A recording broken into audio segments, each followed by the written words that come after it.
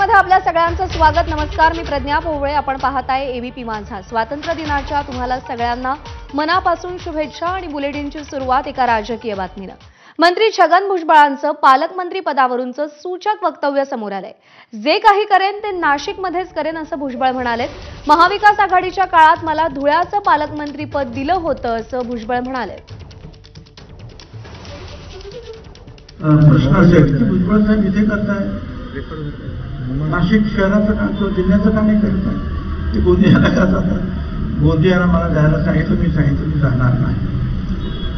कित्येक वर्षापूर्वी, काही 5-7-8 वर्षापूर्वी असेल कदाचित, उद्धव ठाकरेच्या वेळेला असेल मुख्यमंत्री असताना मला सांगितलं होतं की पालकमंत्री म्हणून तुम्ही धुळ्याची जबाबदारी घेतो। म्हटलं काय करायचं असेल ते नाशिकमध्ये, काय घरचं सोडून मी कुठे राहू? पुढची बातमी पाहूया। आगामी स्थानिक स्वराज्य संस्थेच्या निवडणुकांवरून छगन भुजबळांनी केलेल्या विधानानं अनेकांच्या भुवया उंचावल्यात। राष्ट्रवादी एकत्र असताना आपण